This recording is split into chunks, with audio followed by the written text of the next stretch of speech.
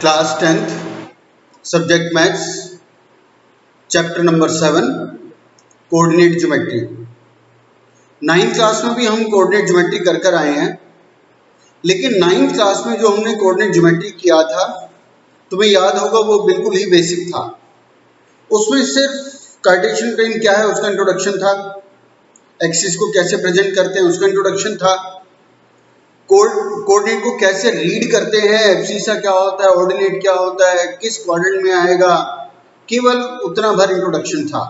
या कैसे उसकी प्लॉटिंग करते हैं। कहीं कहीं उन कोऑर्डिनेट को प्लॉट करवाकर उसने उनको ज्वाइनिंग करवा लिया, ज्वाइनिंग करवा के पूछा बताओ ये कौन सी फिगर बनी है।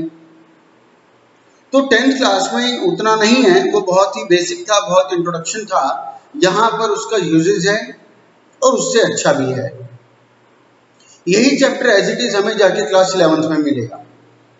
और क्लास 11th में जो हम कोऑर्डिनेट ज्योमेट्री करेंगे उसमें और 10th क्लास में जो आज हम कर रहे हैं उसमें उतना ही डिफरेंस है जितना 9th क्लास के कोऑर्डिनेट ज्योमेट्री से 10th क्लास के कोऑर्डिनेट ज्योमेट्री में डिफरेंस है।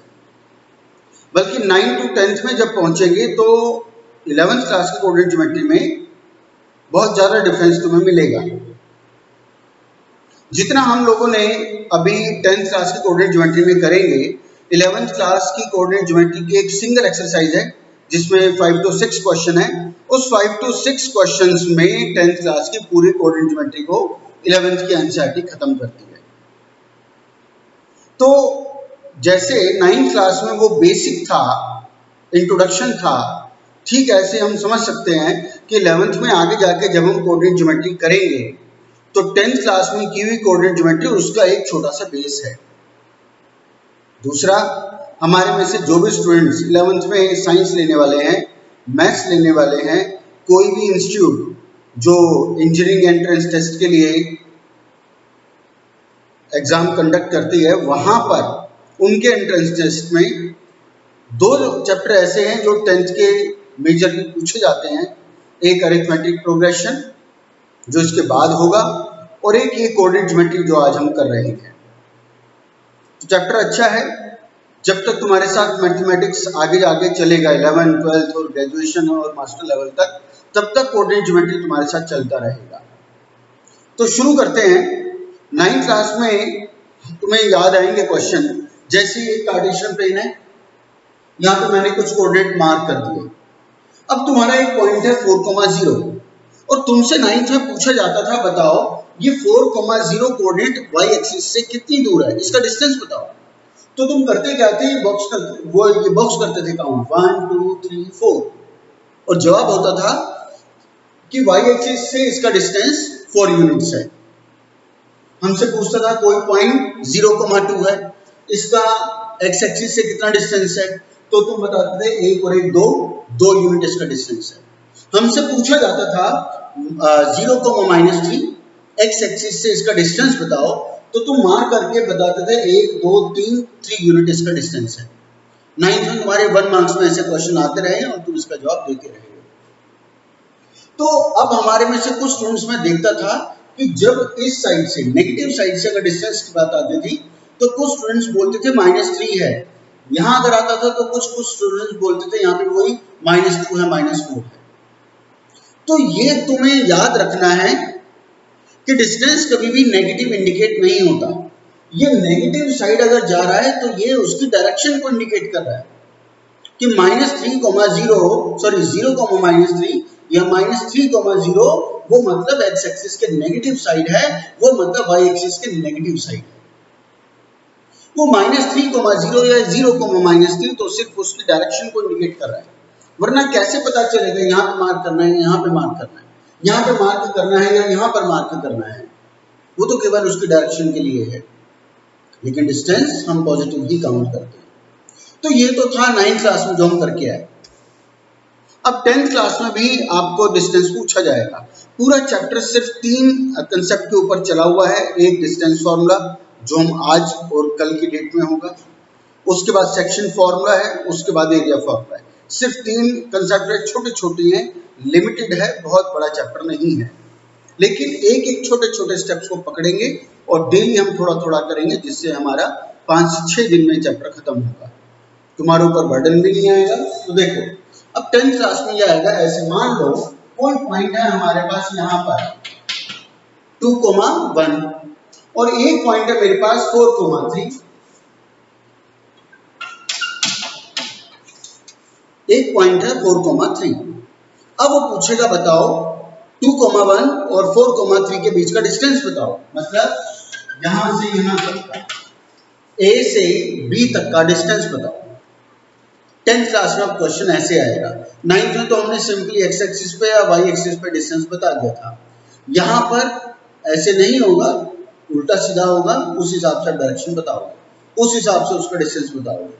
अब यहाँ तो x एक्सिस पे था, आपने बॉक्सेस कर लिए काउंट, अब यहाँ पे कैसे करोगे काउंट? ये तो काउंट नहीं हो सकते।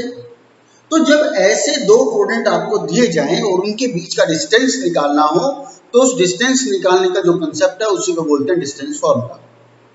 और डिस्टेंस फॉर्मूले की डेरिवेशन भी है, मैं उसके बारे में नहीं करूंगा आज बात, मैं सिंपली आज उसके यूजेस के ऊपर आ रहा हूं, या चलो उसकी डेरिवेशन पे भी थोड़ा बहुत कर लेते हैं बात, बहुत ज्यादा काम नहीं है। अब इसका डायरेक्शन, अब इसका डिस्टेंस कैसे निकाला जाए। अब जो मैं यहाँ पे करके बताऊंगा तुम्हें नहीं करना, वो केवल इसका इंट्रोडक्शन है कि ये कैसे हुआ, वो डिस्टेंस फॉर्मूला कैसे बना। वैसे मैं डिस्टेंस फॉर्मूला पहले लिख के भी दिखा रहा हूं।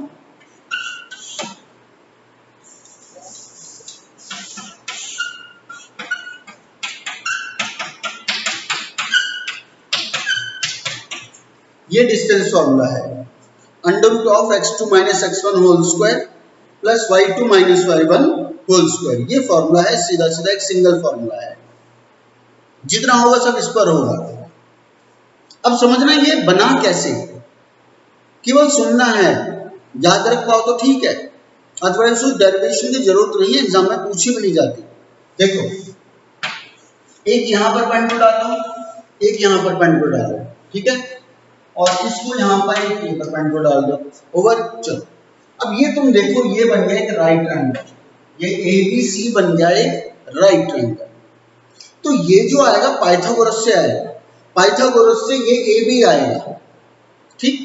अब वो कब आएगा, जब मुझे AC का पता हो, जब मुझे BC का पता हो। अब देखो, अब अगर हमें सिर्फ यहां से यहां तक का डिस्टेंस लेना हो, यहां से यहां तक का डिस्टेंस, तो कैसे लोगे, 1 और 1 2, यहां से यहां तक कितना यूनिट है, 2 यूनिट्स, यानी ये कितना है, 2 यूनिट्स, ठीक है। अब इस 2 यूनिट को काउंट करने का दूसरा तरीका भी हो सकता है। अब आपसे पूछा जाए y एक्सिस से यहां तक का कितना डिस्टेंस है, तो तुम कितना बोलोगे, 4 यूनिट, ठीक है। चलो अब यहां से यहां तक का डिस्टेंस कितना होगा, तो हम कितना बोलेंगे, 2 यूनिट। हमें ना तो ये चाहिए ना ये चाहिए, हमें तो इससे मतलब था।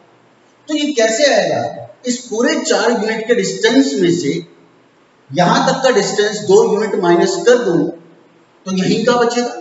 यहां तक के डिस्टेंस में से अगर ये इतना माइनस कर देते हैं तो ये बचता है। तो यहां से यहां तक कितना था, 4, यहां से यहां तक कितना था, 2, तो बच गया 2।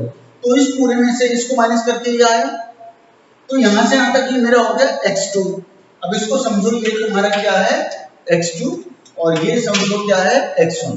तो ये डिस्टेंस क्या बचेगा, यहां से यहां तक का डिस्टेंस x2 माइनस इतना, कितना है, x1।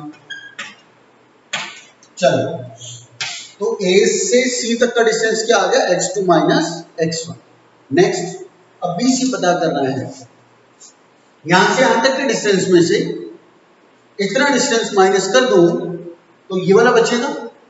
अब मान लो यहां से यहां तक का टोटल डिस्टेंस है y यूनिट, y2, और यहां से यहां तक का डिस्टेंस है y1, तो ये कितना बचेगा, इस पूरे में से इसको माइनस करवाओ, तो ये कितना बचा, y2 माइनस y1।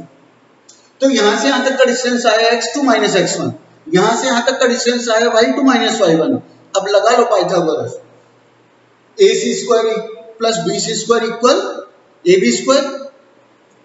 हमने लिखा AB square equal AC square plus CB square, square हटा हुआ, पूरा लग गया रूट। अब AC का डिस्टेंस कितना है, x2 माइनस x1 का स्क्वायर, वो ये रहा, प्लस BC कितना है, y2 माइनस y1 का स्क्वायर पाइथागोरस की वजह से, वो ये रहा। तो ये इसकी डेरिवेशन है हमें इसके डेरिवेशन से कोई मतलब नहीं है, लेकिन कंसेप्ट था तो मैंने डिस्कस कर दिया। हमें तो केवल ये याद रखना है, जब भी दो पॉइंट के बीच में डिस्टेंस निकालना हो तो आपको कुछ नहीं सोचना, सिर्फ इसका यूज करना है root of x2 minus x1 whole square plus y2 minus y1 whole square. ठीक है, आगे चलते हैं। और एक कार्टेशियन प्लेन भी मैंने केवल समझाने के लिए 9th क्लास से इसको रिलेट करने के लिए बनाया है। हमें कोऑर्डिनेट ज्योमेट्री जो आज हम लोग शुरू कर रहे हैं उसके लिए ग्राफ कार्टेशियन प्लेन नहीं बनाना, केवल इंट्रोडक्शन के लिए मैंने ये सब चीजें बनाई। तो एक बार दोबारा, कोई भी दो पॉइंट उनके बीच का अगर डिस्टेंस निकालना है तो हमारा फॉर्मूला लगता है ये, जैसे मान लो ये a है, ये b है, x1 y1 x2 y2, ये दो पॉइंट है, इनके बीच का अगर डिस्टेंस निकालना है तो डिस्टेंस के लिए लिखोगे ab। ab stands for distance, root of x2 minus x1 whole square plus y2 minus y1 whole square, ये फॉर्मूला है। अब एडवाइस ये है, कार्टेशियन मैंने ये मना किया है कि इसके लिए कार्टेशियन प्लेन नहीं बनाना, कार्टेशियन प्लेन बना के उस पर पॉइंट मार्क नहीं करने, ऐसे नंबर लाइन पे आपको बनाने की आदत डालनी है। तो एक पॉइंट है तुम्हारा, मान लो 3,6, दूसरा है 5,10। अब इसके बीच का आपको डिस्टेंस निकालना है। प्रेजेंटेशन के हिसाब से तो आप लिखोगे बाय यूजिंग डिस्टेंस फॉर्मूला, जो स्टेप्स हैं उसके हिसाब से तो आप लिखोगे। पहले स्टेप में तो आप ये फिगर बना के दिखा दो। इसमें बिल्कुल भी जरूरी नहीं है कि हम ये बताएं कि x2 y1 x1 y1 किससे माना, x2 y2 किससे माना, ऐसा कोई जरूरी नहीं है। अंडरस्टूड है, हमें हैबिट है, पहले वाले को हम x1 y1 ही बोलेंगे, नेक्स्ट वाले को x2 y2 ही बोलेंगे, उसमें भी ऐसा कोई जरूरी नहीं है हम इसको x1 y1 मान लें, इसको x2 y2 मान लो, कोई फर्क नहीं पड़ेगा। आप इसको x1 y1 मानो या इसको x1 y1 मानो, या इसको x2 y2 मानो या इसको मानो, उससे कोई भी फर्क नहीं पड़ेगा। तो मैं जो सॉल्यूशन की बात कर रहा हूँ, फर्स्ट स्टेप में आपको नंबर लाइन एक ऐसे बना लो, उसमें दो पॉइंट्स जो भी आपको कोऑर्डिनेट है दिखा दो। डिस्टेंस निकालने के लिए अब आप लिखोगे बाय यूजिंग डिस्टेंस फॉर्मूला जरूरी है, बाय यूजिंग डिस्टेंस फॉर्मूला जरूरी है, ये फॉर्मूला लिखो। फॉर्मूला लिखने के बाद रूट ऑफ, मेरे लिए x2 y2 ये है, x1 y1 ये है, x2 क्या है 5 माइनस x1 क्या है 3 होल स्क्वायर प्लस y2 क्या है 10 माइनस y1 क्या है 6। अब तो क्लरिकल काम है, मैं ना भी करूं तो भी दिक्कत नहीं है। तो ये हो गया 2 स्क्वायर 4 स्क्वायर। अब इसके बाद क्या हो गया आपका ये 4 16 रूट 20 2 रूट 5। इसको लोएस्ट फॉर्म में जरूर लेकर के आना है, इसको लोएस्ट फॉर्म में जरूर लेकर के आना है। ठीक है, नेक्स्ट ये डिस्टेंस आने के बाद अब यहाँ पे पीछे आप यूनिट्स भी लिखोगे, क्योंकि डिस्टेंस है कोई तो उसकी यूनिट रही होगी। अब यहाँ सेंटीमीटर नहीं होता, मीटर नहीं होता, तो आप केवल 2 रूट 5 यूनिट लिखोगे। मैंने अपने एक्सपीरियंस में देखा है, अब जो स्टूडेंट्स गलतियां करते हैं मैं उनके ऊपर आ रहा हूँ। पहले भी मैं कहता रहा हूँ कि जो मैं यहाँ नोटिफाई करता हूँ कि स्टूडेंट्स क्या क्या गलतियां करते हैं, उन गलतियों को तुम एक अपना नोट्स बना लो, उन पर लिखो, उनको डेली पढ़ो, तभी तुम उन गलतियों से बच पाओगे।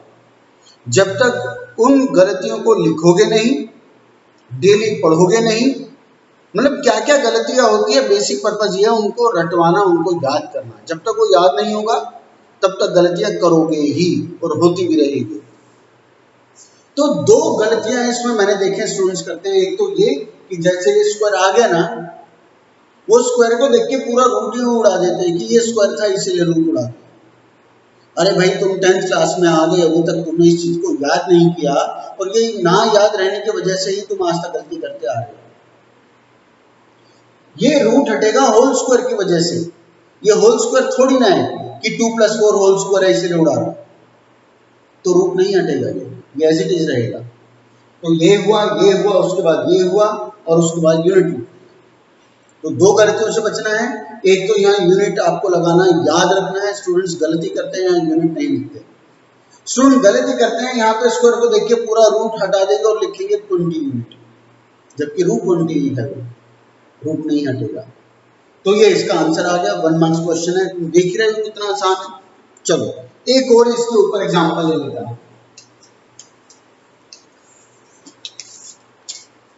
आपको दो कोऑर्डिनेट मिले ए बी -6, -7, -1, -5। अब इनके बिटवीन का डिस्टेंस निकालना है। चलो तो पहले तो फर्स्ट स्टेप में आप ये लाइन पर कोऑर्डिनेट मार्क कर दो। सेकंड में लिखो by using distance formula. Now A B equal root of x2। मेरे लिए x1 y1 ये है, x2 y2 ये है, इंटरचेंज कर लो, वो करने वाले की अपनी मर्जी है। x2 क्या है -1 माइनस x2 क्या है -6, तो ये +6 हो गया, प्लस y2 क्या है -5 माइनस 7।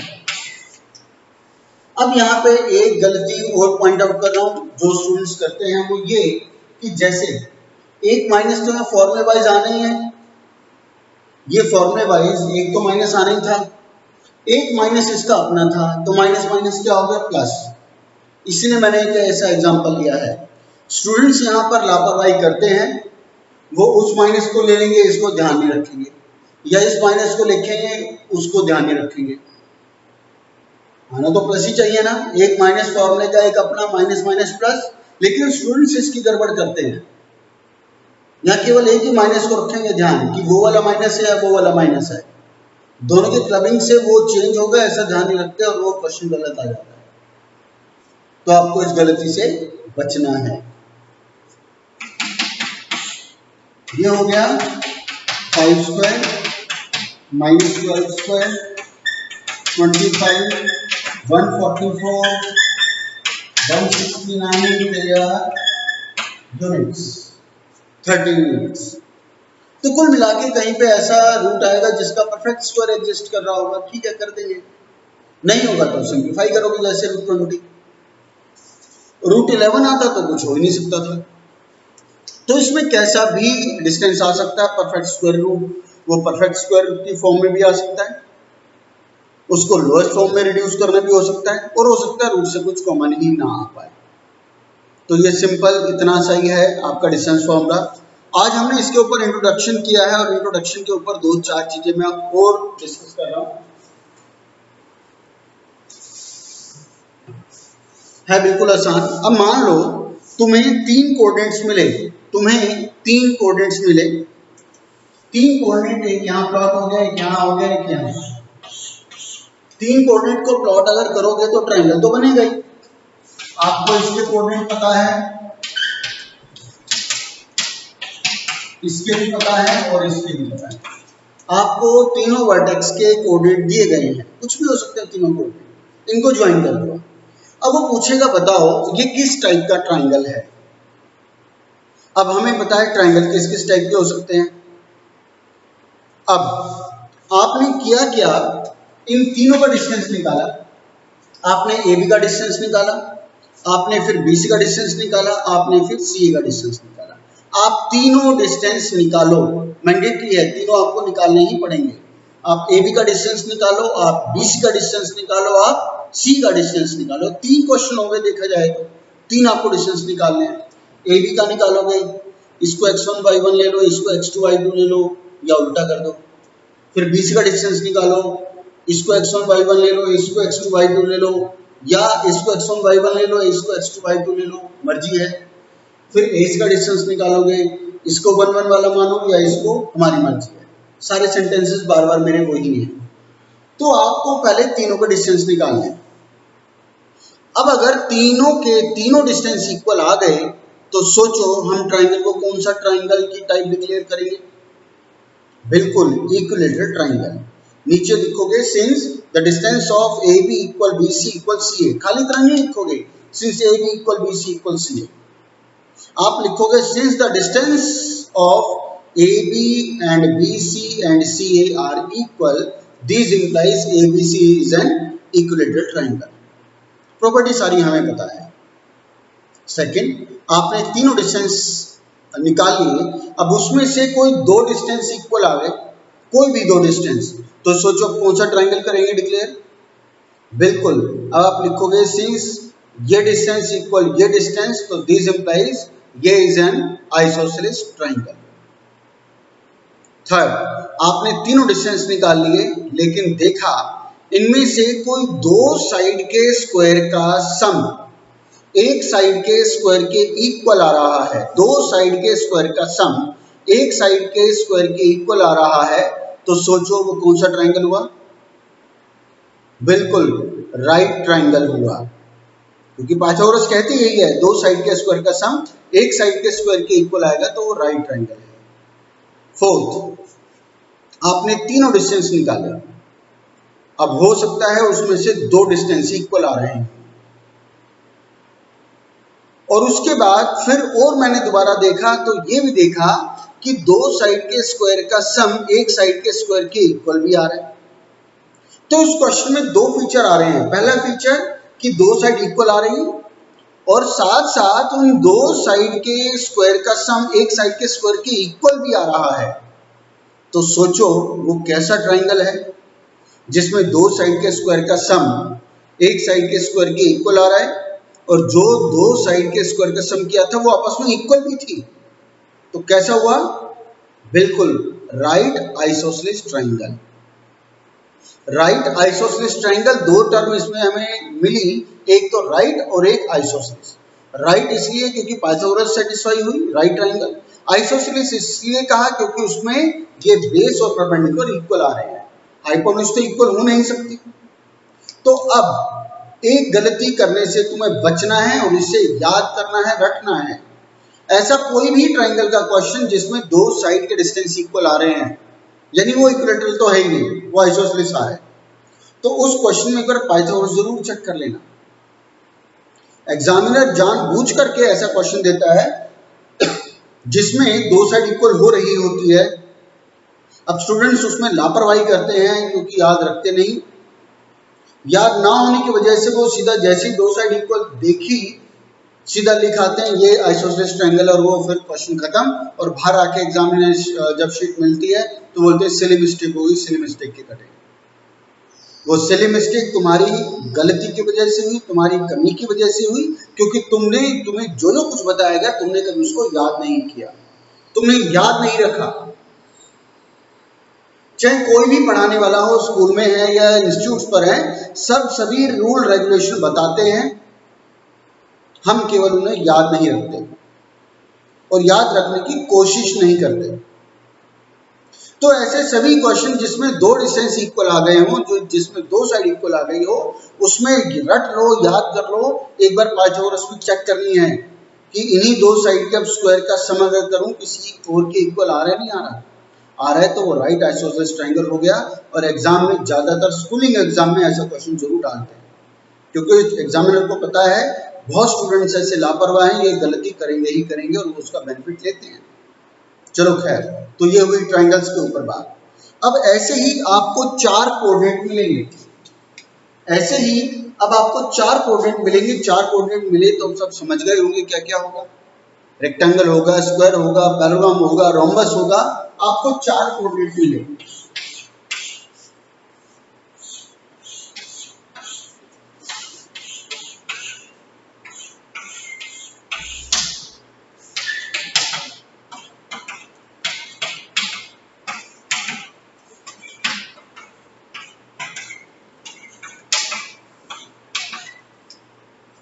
आपको चार कोऑर्डिनेट मिलेंगे और वो पूछेगा ज्वाइन करके बताओ ये क्या है, ये पैराग्राम है, ये रेक्टेंगल है, ये स्क्वायर है, ये रोम्बस है, क्या है।